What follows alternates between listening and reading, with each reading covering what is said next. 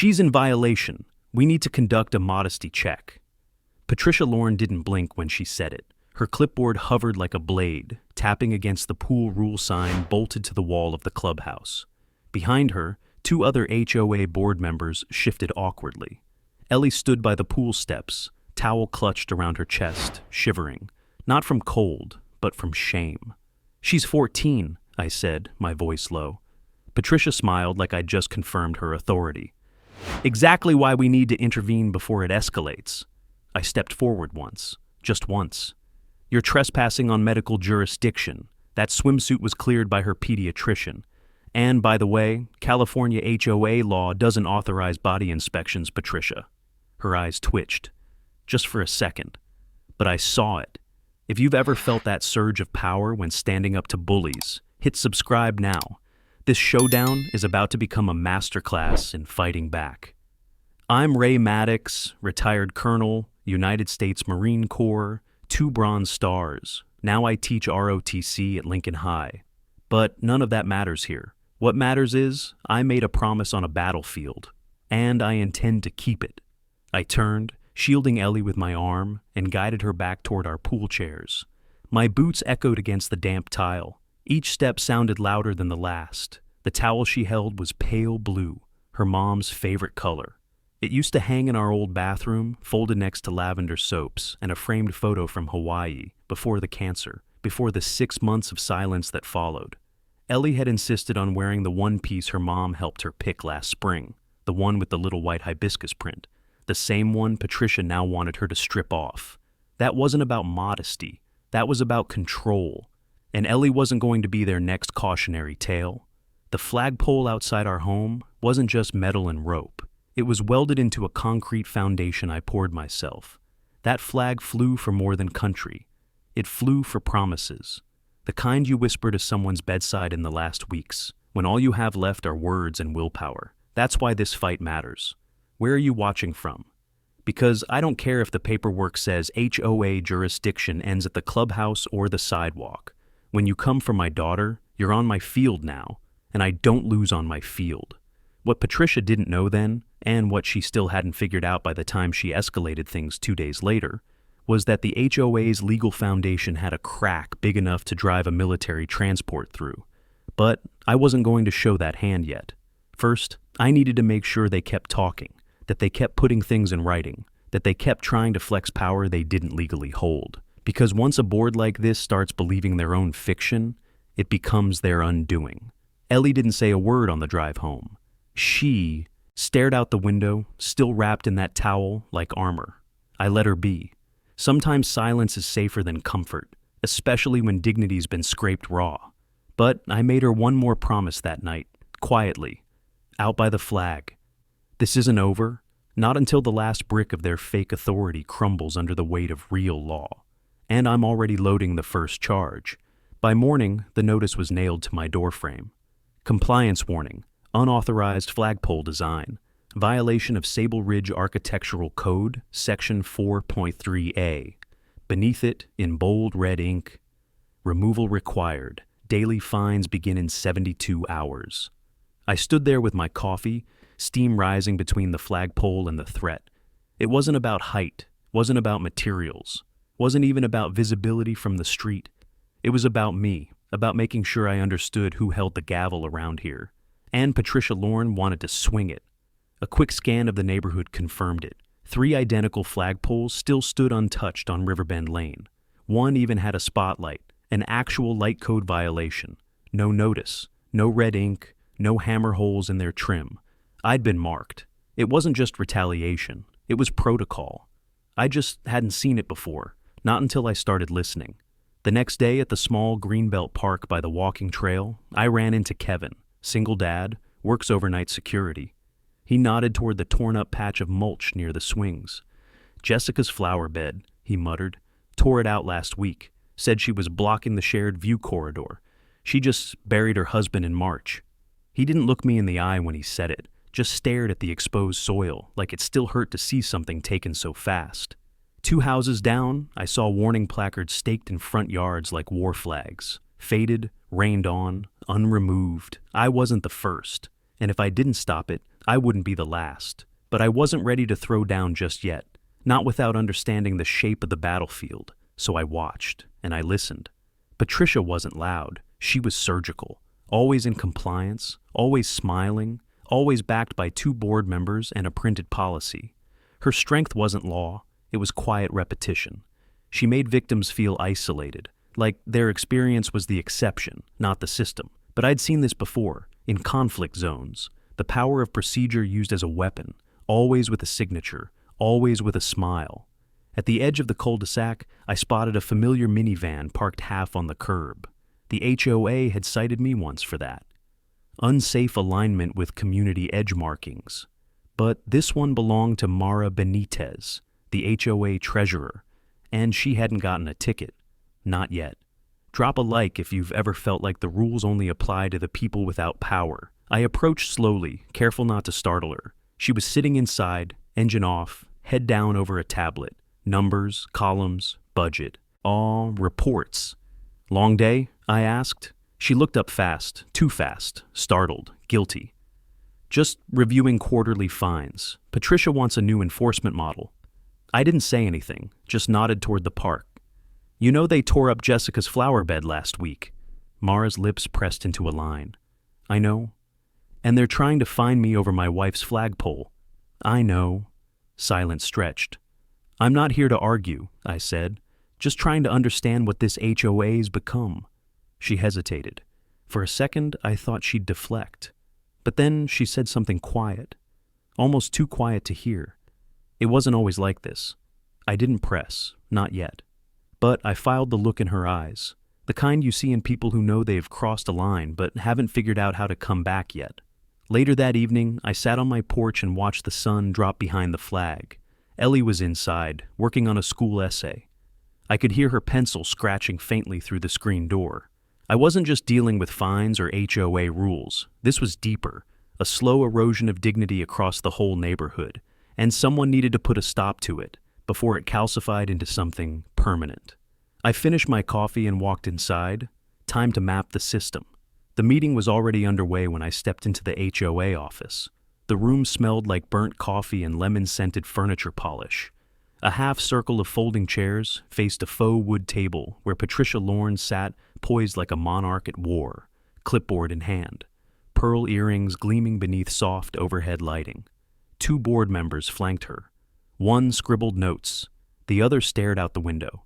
And then there was Mara Benitez. She sat off to the side, back slightly hunched, a legal pad balanced on her lap like a shield. Her blouse was rumpled, creased at the sleeves like she'd rolled them and changed her mind. She tapped a capped pen against her thigh, rhythm tight and uneven. She didn't look up when I entered. Mr. Maddox, Patricia said, her smile sharp enough to cut. Nice of you to join us. We've just finalized your compliance penalty. Still figuring out how to spell unconstitutional? I asked. Her smile didn't fade. She gestured to a paper in front of her. Violation of Architectural Code 4.3a, non-standard vertical structures. Starting tomorrow, $500 per day. And the due process clause in your bylaws? I asked. Did you burn that with the landscaping permits? The room went still, except for Mara's leg, still tapping. Patricia leaned back. All board decisions are documented, signed, and binding. That includes uniform enforcement. Surely a man of discipline like yourself can appreciate order. I can appreciate law. That's not the same thing. A few heads turned. One board member cleared his throat, looked at Mara. She didn't respond. That tapping continued. After the meeting. Adjourned, most filtered out. Patricia lingered to talk with the note-taker. I waited, slow, deliberate, until Mara began packing her things. Can I walk you out? I asked quietly. She hesitated, then nodded. Outside, the night air was cooler than expected. A light breeze lifted the corner of her notepad as we stepped into the parking lot. Her minivan blinked in the distance. You didn't vote, I said. She flinched. There wasn't a vote, just... Patricia read off the motion and signed it. She doesn't always... She cut herself off, looked away. I stopped walking. Look, I said, keeping my voice low. I know what this looks like from the outside. Just another angry dad with a military chip on his shoulder. But this isn't about a flagpole. It's not even just about Ellie. It's about how power works when no one pushes back. Mara's jaw flexed. Her fingers clenched the legal pad tighter. Paper crinkled softly in her grasp. She wants to restructure fines, she said suddenly. Wants them front-loaded. No more warning periods. Just automatic charges. Is that even legal under HOA code? She says it's in the amended charter. Have you seen it? Mara didn't answer. Instead, she looked up at me. And in her eyes, I saw it. The war inside her. The school counselor who knew what right looked like. And the HOA officer who knew what would happen if she spoke out. She said if I object again, she'd pull my vendor permit for the tutoring center. Says I need HOA approval for foot traffic. Control through compliance. Financial threats instead of fines. Same playbook, new targets. You know this isn't sustainable, I said gently. She's not building order. She's building a regime. Mara gave a bitter smile. You're the first person in 2 years who said that out loud. I didn't push, just nodded. Someday soon, I said, you'll have to choose a side. I know. The wind picked up again. She turned toward her car. Just before she opened the door, she looked back. She keeps the old charters in her email drafts, she whispered. From before the amendment, she never deleted them. And then she was gone. The knock came just after 10 a.m. 2 short raps, 1 long pause. Then a badge flashed through the window pane. Child Protective Services. Ellie was upstairs, working on a school art project. I stepped out onto the porch and closed the door behind me. Colonel Maddox, the man asked, though his voice already carried the tone of confirmation. Retired, I said. What's this about? He exhaled slowly. Anonymous report. Emotional endangerment of a minor, failure to respond to community enforcement, potential signs of psychological distress in the home. Standard welfare check. Anonymous? Sure. He scanned my posture, the yard, the porch paint, the flag. I kept my tone measured. And did the report cite any actual evidence? He shifted. No visible signs, but we still have to document the home. Speak to the minor. I'd appreciate your cooperation. I opened the door. Ellie looked up from the kitchen table, where colored pencils were spread across a worksheet. Her eyes flicked between me and the stranger. I didn't even have to explain. She already knew. I gave a slight shake of my head. She tucked her drawing away without a word. The walkthrough took less than 15 minutes. The officer noted nothing out of place, asked a few questions, took photos of the living room, her room, the medicine cabinet. On the way out, he paused near the flagpole. She seems sharp, calm, doesn't match the report tone. No, it wouldn't, I said. That's because the person who filed it isn't trying to protect her. They're trying to break us. He didn't argue, but as he left, he said one thing that stuck. Off the record, I've had 3 cases in this neighborhood, all traced back to the HOA. He walked off before I could press. So, that's where we were now. False accusations. Government resources used like pawns. I'd seen worse tactics in combat zones. By noon, another envelope appeared, slipped between the front door and the screen. This one was hand-delivered. Immediate reassessment. Daily fines increased. HOA security footage documents further non-compliance. What footage? I scanned the document. They claimed I had verbally threatened a board member at the last meeting. They were setting a trap, one I wasn't going to walk into. That afternoon, I visited Jessica, the widow Kevin had mentioned. Her husband's flower bed had been stripped like it was a crime scene. She lived alone now, 3 blocks down. Her porch was lined with planters, empty ones. She looked surprised to see me, but she didn't close the door. I'm not here on HOA business, I said. I'm here because I think we're all fighting the same ghost, and it's time someone named it. She invited me in. We sat on her couch while her old golden retriever snored between us. I told her what happened with Ellie, with the CPS visit, with the fake footage. She didn't gasp or blink. She just nodded. They cited me for unpermitted perennials, she said, 2 days after the funeral. I've lived here longer than the HOA has existed. I asked if she ever saw the original charter. I was on the founding committee before Patricia pushed everyone out. Do you still have a copy? She smiled. In print? No. But I emailed it to Mara years ago. She was still fresh then. Thought she could help. The web was forming, one thread at a time. But what I needed wasn't a web. I needed leverage. That evening, as Ellie and I sat watching the sun dip past the rooftops, I made a silent decision. I wouldn't wait for them to strike again. It was time to move from defense to offense. And tomorrow, I was going to start by digging into that charter, not from Mara's inbox, from the county office. The county clerk's office smelled like dust, toner, and quiet resentment. I gave my name, my ID, and the parcel number for my property. The woman behind the plexiglass barrier pecked at her keyboard, slow and deliberate, like she was daring me to rush her. HOA filings, she asked without looking up. Full incorporation records last 3 years, I said. Board certifications, amendments, charters, everything filed under Sable Ridge Estates. She slid a clipboard through the slot. Sign, we don't redact names. I didn't care about the names. I wanted the dates. 30 minutes later, I had a stack of documents 2 inches thick and a USB with the digital filings.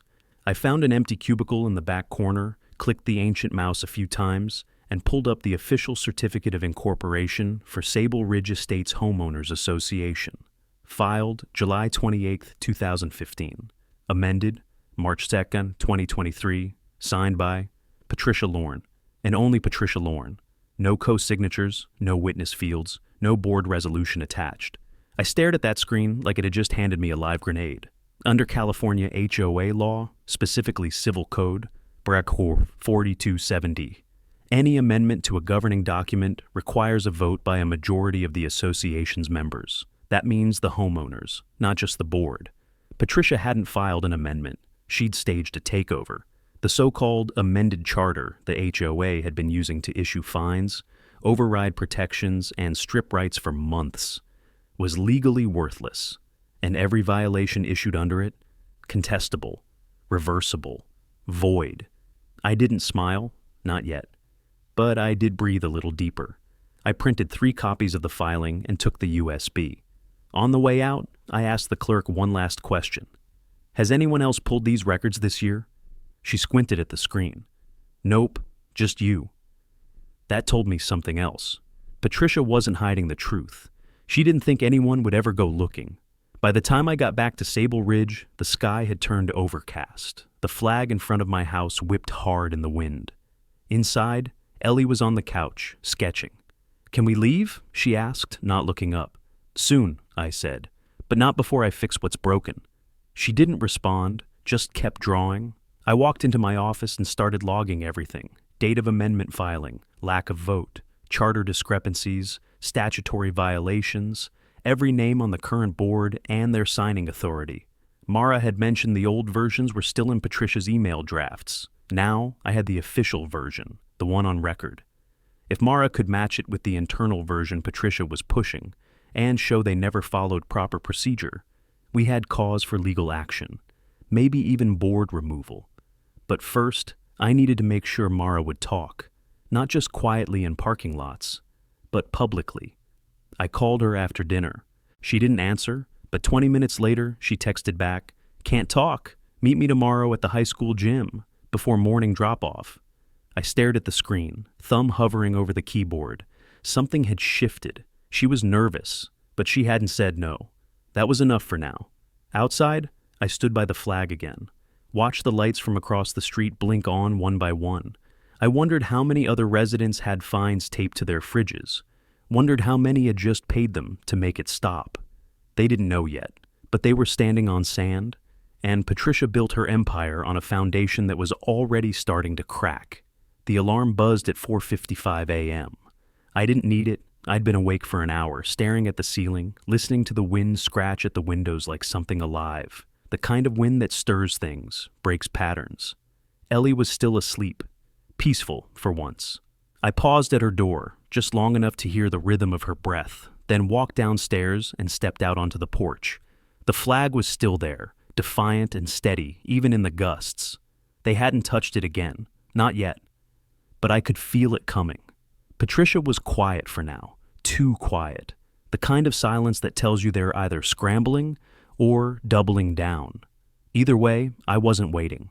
I pulled out my phone and scanned the digital HOA charter again. Page 4, Section 3. Board amendments to governing documents require a recorded vote and certified majority approval of members.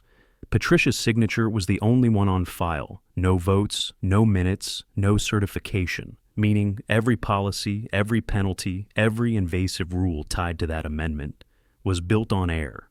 By 6 a.m., I was at the garage workbench, not for weapons or gear, for paper, records, copies. I printed the county certified charter, highlighted the violations, marked every HOA action that could be contested, even ones that didn't touch me. Jessica's flower bed, Kevin's fines, the woman who got cited for hanging wind chimes on a chain-link fence. This wasn't just my fight anymore. It was systemic. I packed everything into a folder, labeled it in thick black marker, Sable Ridge, legal non-compliance, board abuse report. I dropped Ellie off at school like any other morning. She didn't ask where I was going, but as she stepped out of the car, she glanced back. "Are you going to fix it?" she asked, voice barely audible through the open window. I nodded. "I am." Her shoulders softened, just slightly, before she turned and disappeared into the crowd of backpacks and sneakers. At 8:05 a.m., I walked into the high school gym. It was mostly empty, lit by half-power fluorescents and early morning silence. Folding chairs were stacked along the wall. A lone janitor mopped near the bleachers. Mara stood at the far end of the court, hugging her cardigan tighter around her body like armor. She didn't wave. I crossed the floor. Slowly, folder under one arm. "You came," she said. "You texted," I replied. She looked over her shoulder, checked the corners. No one was there, but her fear clung to her like humidity. "I have the original filings," I told her. "From the county. They contradict everything Patricia's pushed." Mara didn't react, not immediately, but her hands curled tighter around her coffee thermos. "She said if I speak out, I lose my license," she whispered. "My business permit. She has connections." "She has fear," I said. "That's all." I opened the folder, let her see the highlights. Her eyes scanned fast, faster than I expected. "This is real," she said, not like a question. "It's actionable." She looked up at me. "Then I have something for you." I didn't ask what, I just nodded. She held my gaze for the first time in days. "I'll bring it tonight," she said, "after the board logs out. There's a back door into the meeting archives, and she doesn't know I still have access." That was it. The moment she crossed the line. From silence to resistance. That night, I stood at the flag again. Not as a symbol, as a promise. Tomorrow, the board would learn what it felt like to be the ones under review. She arrived just after 9. No knock, just headlights slicing across the driveway, a car door easing shut, and a soft tap of heels on concrete. I met her at the front door. Mara Benitez stood with a tote bag slung over one shoulder and a manila folder gripped tightly in both hands. Her eyes darted to the flag behind me, then back to my face. "I didn't make copies," she said. "Didn't email anything. I printed straight from the archive while she was on a call." "Good," I said. "Come in." We sat at the kitchen table, the same table Ellie used to color at, while her mother read her stories over chamomile tea. Tonight, it held something else entirely. Proof. She slid the folder across the table like it might explode. I opened it slowly. Inside were 4 pages, time-stamped board memos, internal vote logs, and a record of the March 2nd amendment session.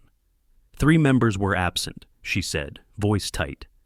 One was out with surgery. One recused himself because of the conflict of interest. His sister runs the landscaping service. That left me and Patricia. "And she held a vote?" I asked. "She declared majority by proxy. There weren't any." I scanned the memo. "Charter adjustment approved. See draft in Patricia's notes." I flipped to the second page. The draft had no signatures, no approval stamps, no recorded member notification. It was never ratified. And yet every enforcement since March had used it as the operational charter. I leaned back.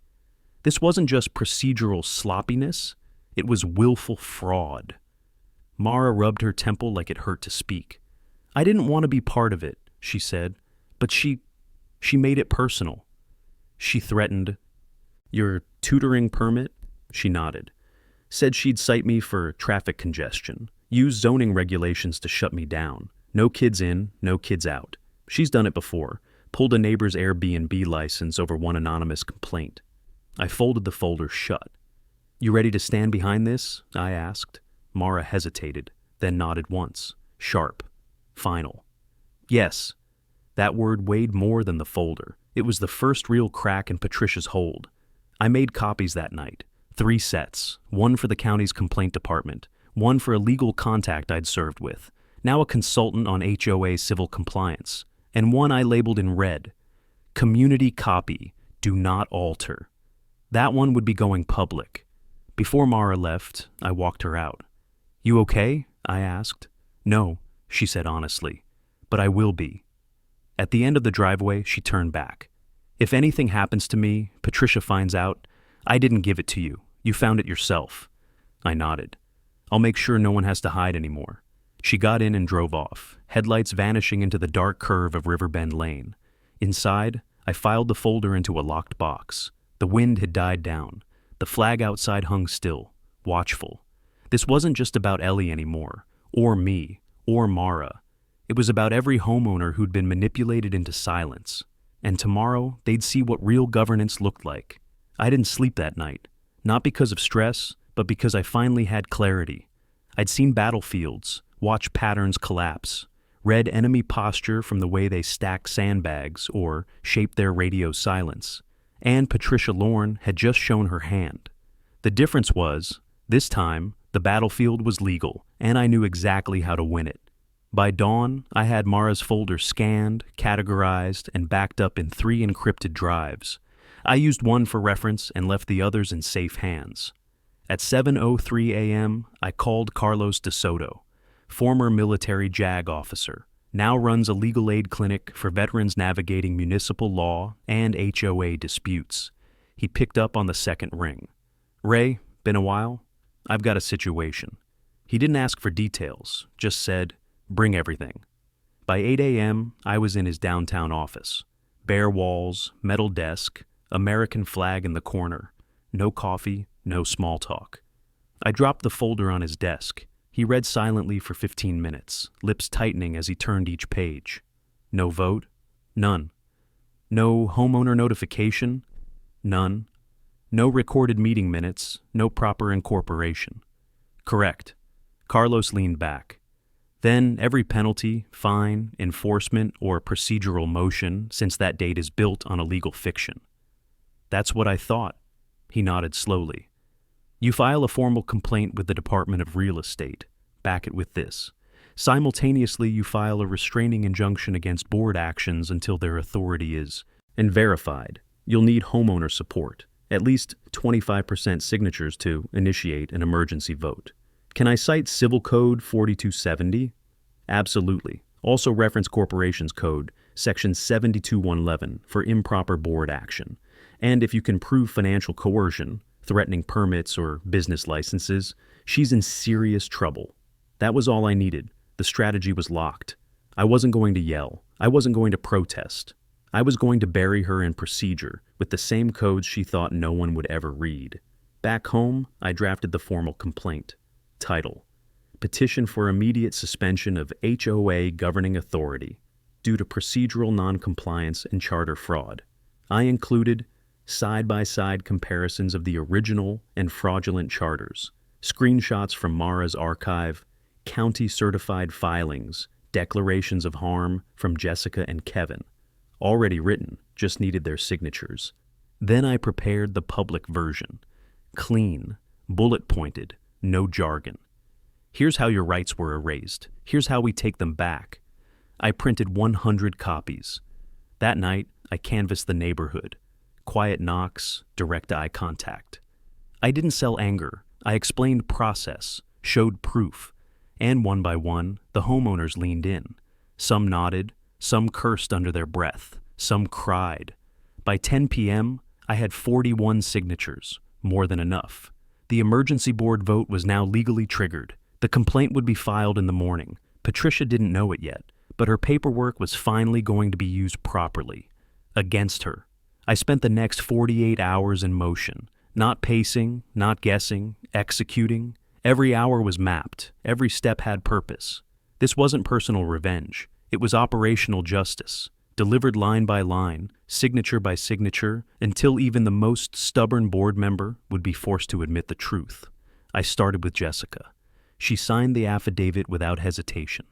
added a handwritten note beneath her signature. This HOA stripped dignity from grief. I want it back. Kevin was next.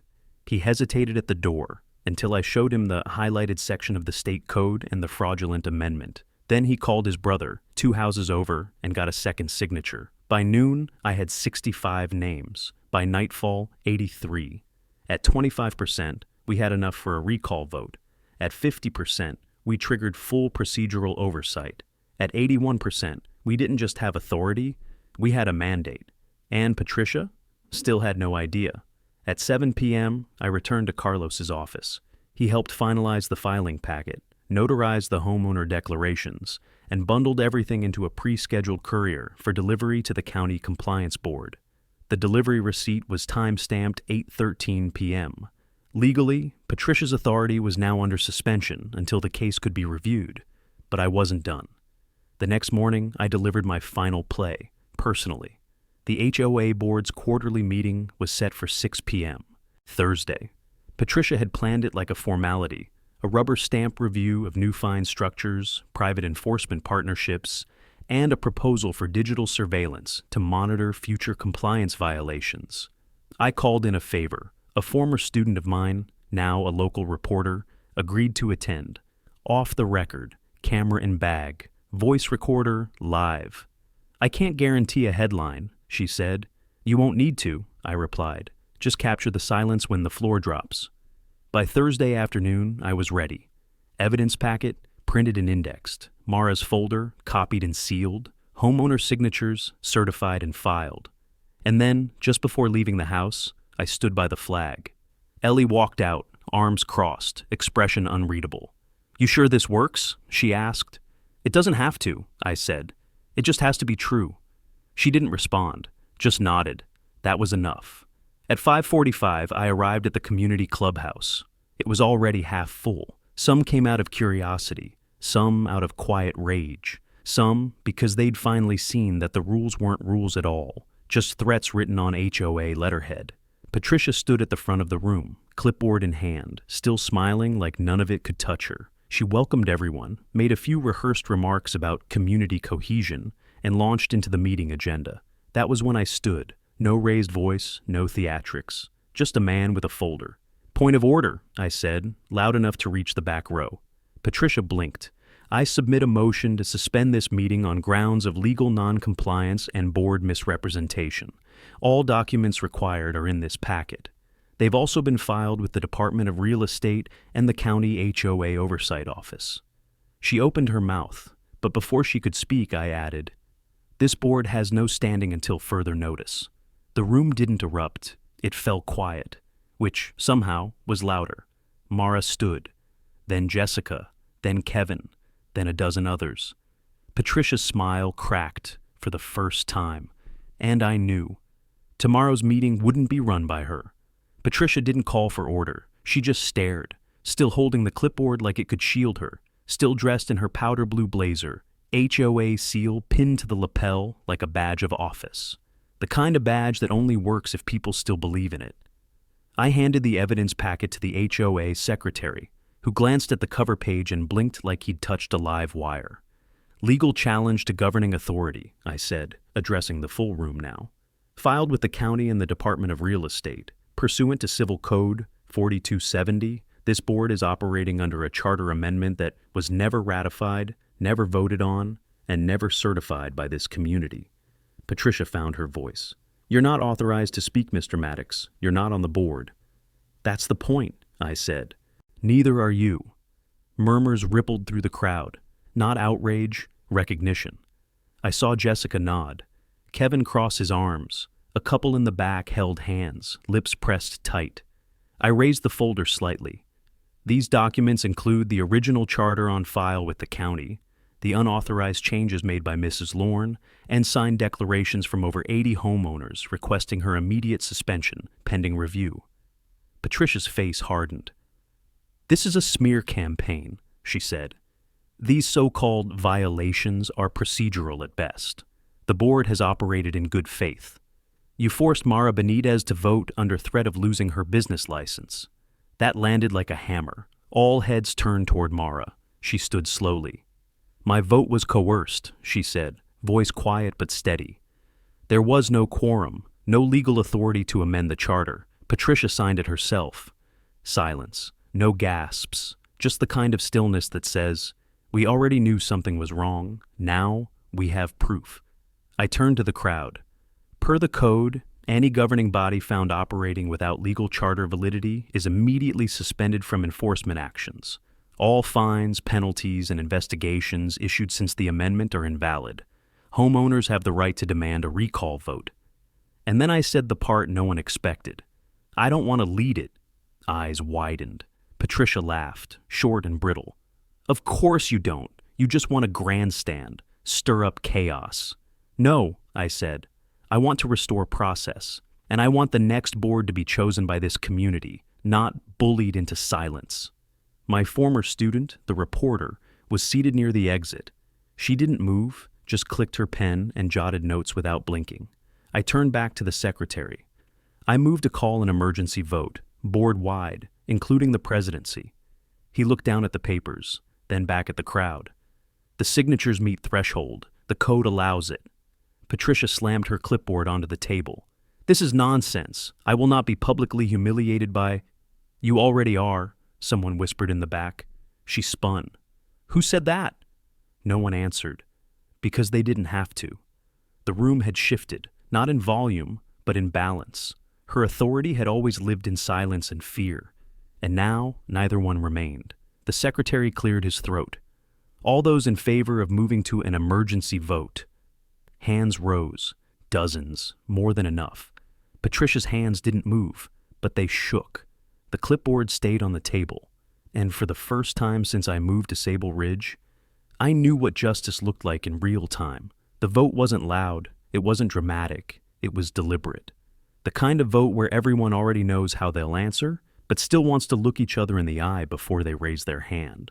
All in favor of removing Patricia Lorne from her position as HOA. President, the secretary said, voice steady. Hands rose, one row at a time, quiet, measured. Jessica, Kevin, Mara, then more, then nearly everyone. Patricia didn't move, not at first. She sat perfectly still, staring straight ahead, as if the room might dissolve around her if she just refused to acknowledge it. But it didn't. The room stayed solid, heavy with consequence. She reached for her clipboard, but the secretary already had it. He turned toward the crowd. Motion passes. Patricia Lorne is officially removed, effective immediately. There was no applause, no cheers, just relief, like air returning to a room that had been sealed too long. I didn't speak, didn't need to. My part was done. But Mara stepped forward. She held a printout in her hand, the original charter with a sticky note on the front. I'll act as interim chair until we hold a new election, she said. We'll vote publicly, in person, and we'll audit every policy passed under Patricia's rule. One person clapped, then another, and then it spread. Not a standing ovation, just the sound of people remembering they had a voice. Patricia stood, no longer the center of attention, just another neighbor in a crowd that no longer feared her. She didn't shout, didn't beg, she simply muttered, "You'll regret this," to no one in particular, and walked out. No one followed. Outside, I saw her get into her SUV, hands trembling as she gripped the wheel. The same HOA-branded SUV she used to patrol the streets. The same one she once parked across my driveway in silent warning. Tonight, it didn't feel like a symbol of power, just a car with a peeling decal. Inside the clubhouse, people gathered around Mara. Volunteers offered to help audit fines, rewrite policies, form committees. I stood back and watched. Jessica caught my eye and smiled. "Welcome back," she said. It was the first time Sable Ridge felt like home. Later that night, Ellie and I stood by the flag. She looked up at it, then at me. "Is it over?" "No," I said. "But the worst part is..." She nodded, then added, "Mom would have liked tonight." I didn't respond, just pulled her close and let the wind speak for us. And for the first time in weeks, I slept through the night. 3 weeks later, the flagpole stood exactly where I welded it. Not a single fine, not a single threat. The new HOA charter was printed, signed, and filed with the county, this time with actual member approval, transparent, accountable, No backroom language, no coercion. Mara was still interim chair. She looked lighter now, shoulders squared differently, voice louder at meetings. Her tutoring business stayed open. Foot traffic or not. Kevin joined the landscaping committee. Jessica helped launch a community grief garden, right where the HOA ripped her husband's flower bed out last spring. The soil was still soft. Fresh roots took easily. And me? I went back to teaching, back to structure, duty, purpose. But something in me shifted, not just because I stood up to a bully, but because I remembered why I do it. Ellie, the girl they tried to shame into silence, the one whose swimsuit started a war and ended up rewriting an entire community's law book. Last weekend, she painted the flagpole base, blue and white, subtle hibiscus patterns only visible if you're standing close enough to notice. I didn't ask her why, didn't need to, like the one I made beside a hospice bed, when my wife looked me in the eye and whispered, "Don't let them change her." They didn't. She's still soft-spoken, stubborn, artistic. She still folds her clothes the same way her mom taught her. And now, when we walk through the neighborhood, she walks taller. She knows what her father did for her, and so does everyone else. The HOA board is different now. Still annoying in its own way, still wants trash bins hidden and sheds painted neutral tones. But no one fears it anymore, because they know someone pushed back, because they remember how it started, because they learned what happens when you read the fine print before signing your silence away. If you want more stories of homeowners standing up to HOA tyranny, hit subscribe right now, share your story in the comments, and let me know where you're watching from. This isn't a story about a Marine, or a dad, or even a flag. It's a story about what we're willing to do when the people with clipboards and codes forget that power only works. When we let them have it, and I don't let anyone take what I've sworn to protect. Not in war, not in peace, not in Sable Ridge, not ever.